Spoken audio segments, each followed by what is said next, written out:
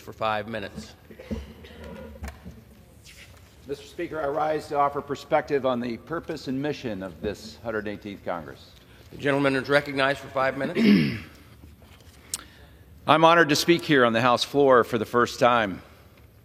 I'm the first nuclear submarine veteran to serve in the United States House of Representatives in the last 50 years, and only the second in our nation's history. One particular submarine patrol, we pulled into Pearl Harbor to take World War II veterans out to sea with us for the day. By naval tradition, we stood at attention and saluted the USS Arizona as we passed by. One part of the experience we shared with these veterans was to demonstrate the tremendous pressure of the ocean. In the control room, with the periscopes, we would tie a string from one side of the hull to the other, about the width of this rostrum behind me.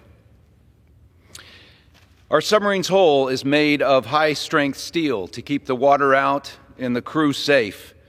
On the surface, this string would be taut like a guitar string and would sit about a foot off the deck.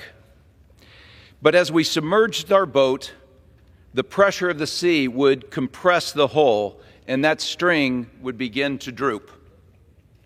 And by the time we reached many hundreds of feet below the ocean, that string would lay flat on the deck, the incredible pressure of the ocean visible for everyone to see. Now, like that submarine that I served on, America is under tremendous pressure. And like that string sitting on the deck, we can all see it. It's inflation. It's the border.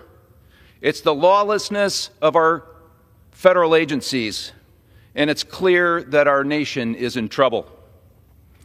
The failed policies of the current administration are only taking us deeper and deeper.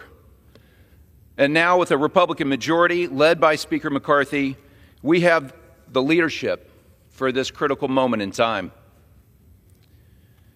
In 1963, the nuclear submarine, the USS Thresher, was conducting engineering trials off of Cape Cod when they encountered an engineering problem. The crew was able to bring the boat to within 100 feet of the surface, but they lost their battle as the submarine descended below what's called the crush depth. All hands were lost. Americans have voted for a Republican majority in this House to reverse the policies of the current administration and to start to relieve the pressure that is all around us. The commitment to America is exactly that plan for exactly that purpose: to unite this chamber and to lead America back to safer waters. You know, a typical submarine crew would be about a quarter of the number of seats in this chamber. So imagine for a moment that many people together in a steel tube, hundreds of feet below the ocean, for months at a time. Now, I've spent 500 days at sea, and I can tell you that after so many days, not everyone on the boat's going to like each other.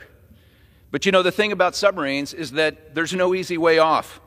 No matter what we think of each other, at the end of the journey, we arrive in the same place together. So let's talk about where we want to end up. For starters, when something is broken on the submarine, you don't scuttle the boat with the crew aboard. You keep fighting to fix what's broken, triaging critical systems, and getting the boat to a safe depth. And that's exactly what we witnessed last week as we chose Speaker McCarthy. He has been chosen to restore faith in this chamber and to unite our party. Freedom is a fragile thing, and we saw that under Democrats' one-party rule. A strong Republican conference is key to securing a better future for our children, our grandchildren, and for generations to come. Mr. Speaker, I yield back. The gentleman yields back. The chair now recognizes the gentleman from Kansas, Mr. S.